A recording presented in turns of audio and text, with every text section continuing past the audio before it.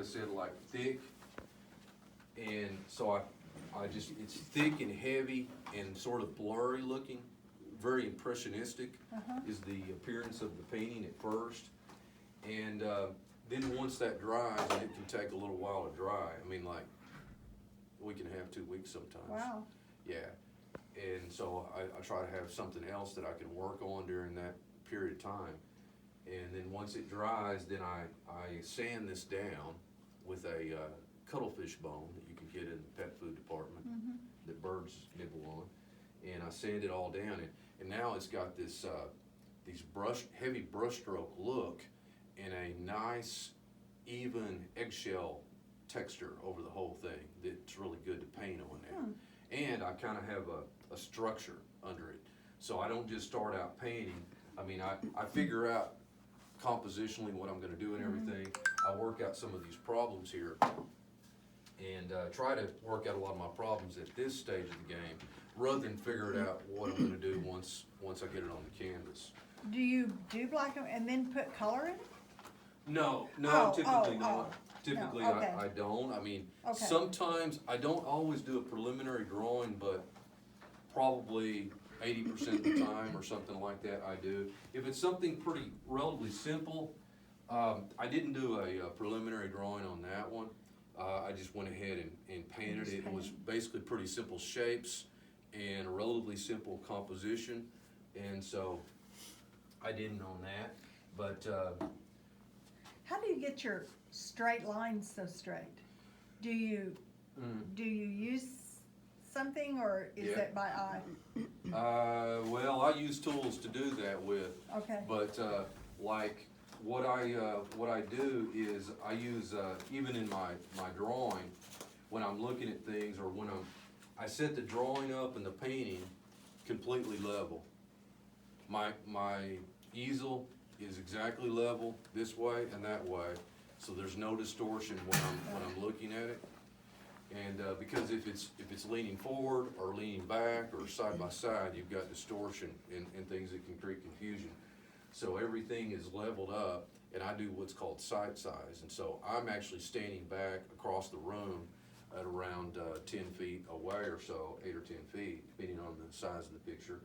And I'm actually drawing and painting, attempting to the exact same size as my setup, as my display.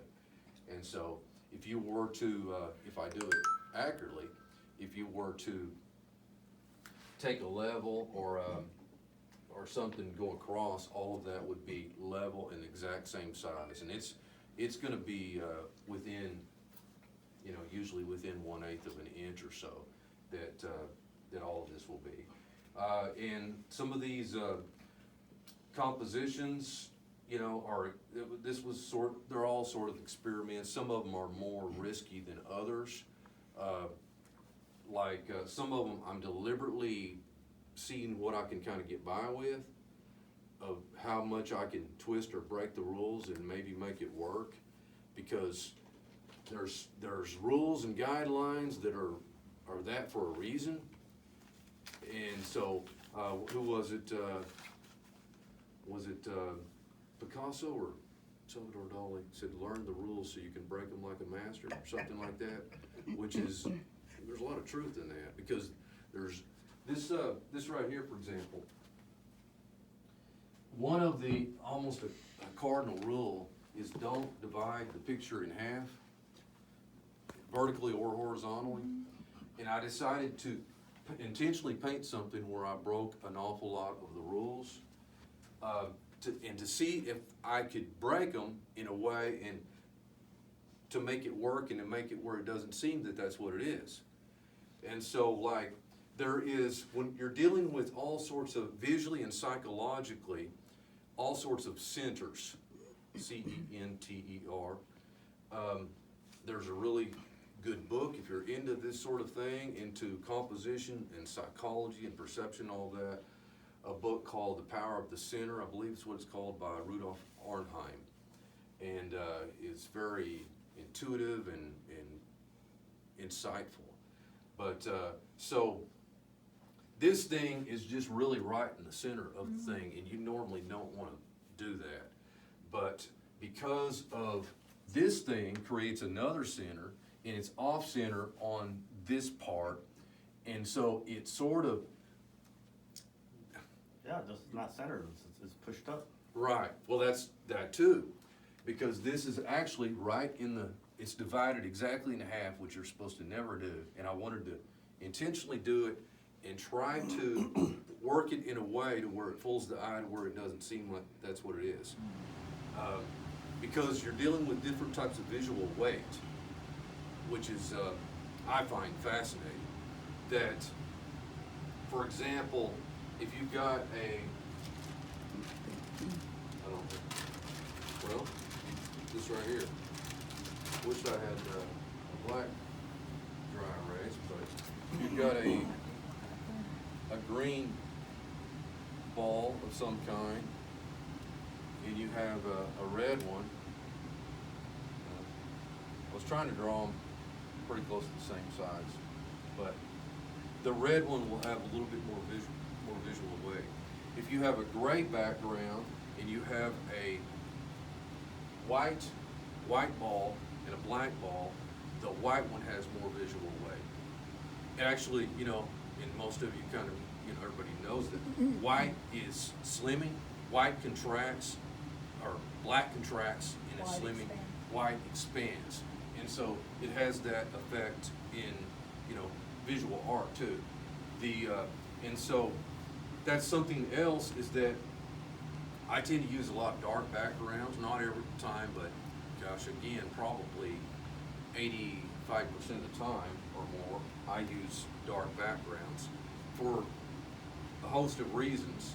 But for one thing, like it's if you're doing a pencil drawing or charcoal drawing, you tend to focus on the darks more, and the darks rather tend to go forward, which in painting, you want your lights and your warms to come forward and your darks to recede. And so I try to keep my darks, even the texture and thickness of the paint, the blacks thin, because I don't want you really looking at the blacks or the real darks usually. It's intentionally mysterious. I want it to be something you don't look at. I mean, I don't want you spending a lot of time, your eyes here or here, you know, or here, or here, or here, or wherever. I don't want, it's designed to where your eyes are gonna focus hopefully on those brighter, lighter objects. Your eyes are gonna immediately go to the area of most contrast. There's a lot of things, like one of the things that I try to think about, well, I do, and that I didn't always, and most people don't. If you think about, most people, it's just like, I want to paint a dog, or I want to paint a cowboy, or I want to paint a skull, or whatever it is they're wanting to paint. So you have a concept a little bit, maybe I want to paint a floral, landscape, or abstract, whatever you got in mind.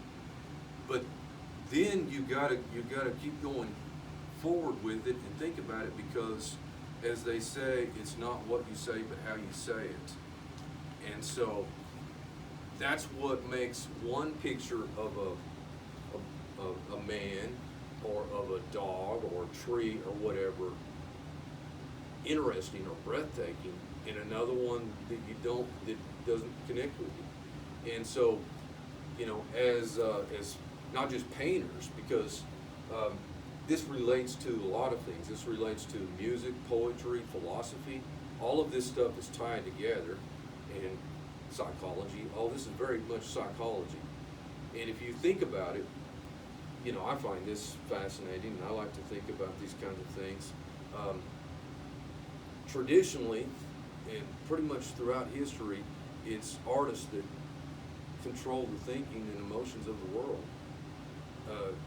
Whether you're talking about painters, sculptors, poets, or musicians.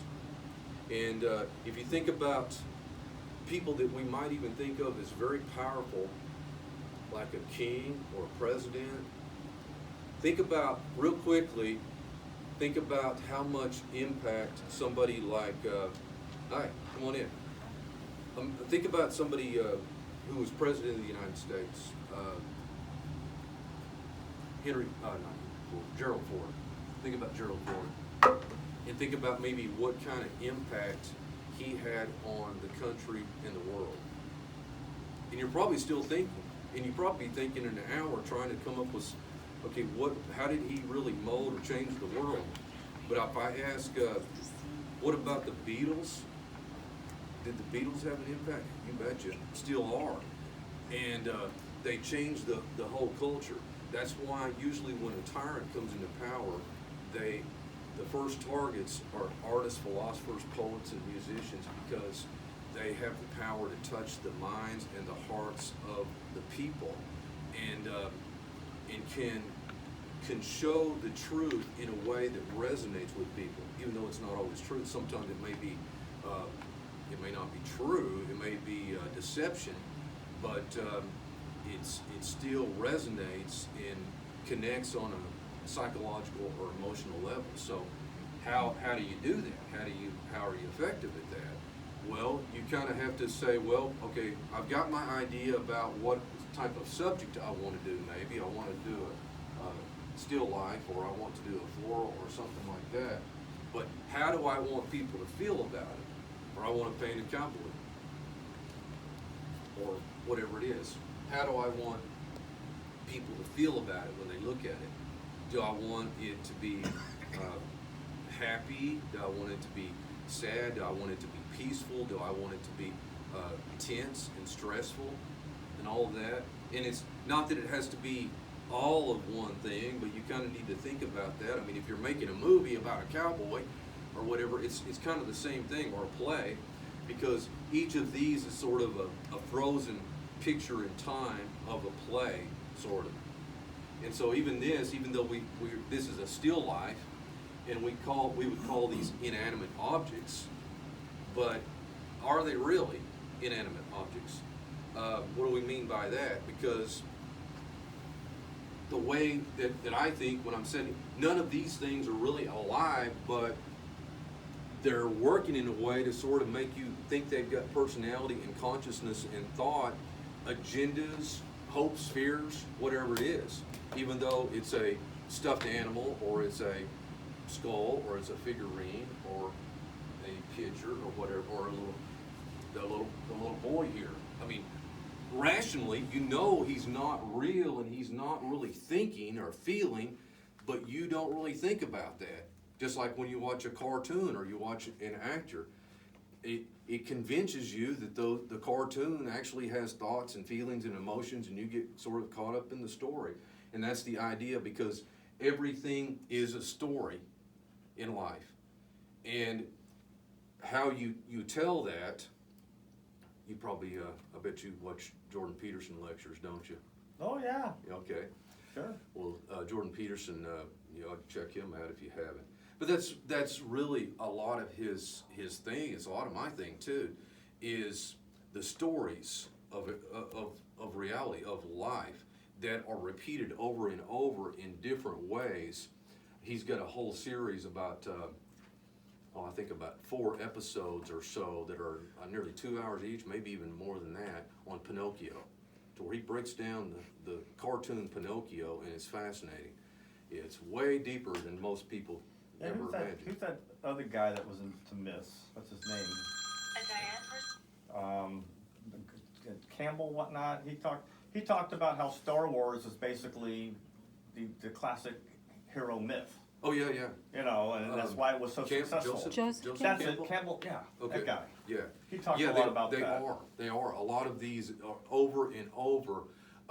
Well, think about the archetype of the rabbit, for example. And so there's a lot going on here. And you're not really, people when they look at it, they're not going through all this in their head consciously and say, okay, now what types of rabbits have I seen in the past, from Bugs Bunny, Harvey, the Playboy Bunny, Tricks Are for Kids, Donnie Darko. Donnie Darko, all of this. The rabbit is a gesture type of archetype. He is, he likes to go down deep where nobody else does, and he goes down his rabbit trails and all of this stuff, and where other people really can't. Below the surface is where he dwells, and above the surface some, but he likes to hide below the surface, but he also likes to, it's a jester archetype, to where it would, like a jester, jester, clown, joker, all of these things similar. Trickster. With, yeah, the trickster. It's all a similar thing where they speak the truth to you in a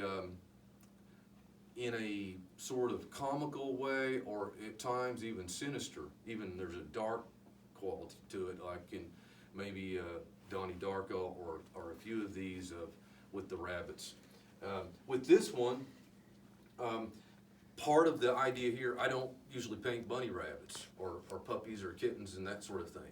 Again, this was an idea of, similar to this thing of, okay, when I think about, no offense to anyone, but when I think about little bunny rabbit stuffed animals and stuff like that, I usually words like trite, sophomoric, those kind of words come to mind for me, right?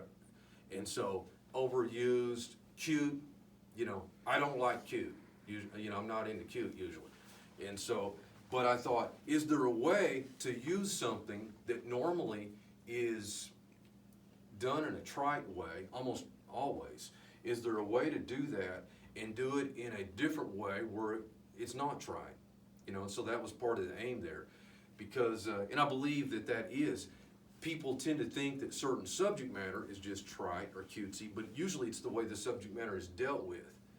And like this, it's, you might think that it's both from a child point of view, but in that the way this is set up, you're looking at it from the vantage point like a child would, sort of down below, or like this, like a little kid would be looking at this thing.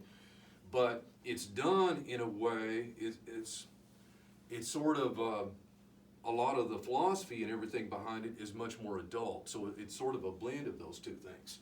And again, I want to sort of throw things off balance a little bit, like with this.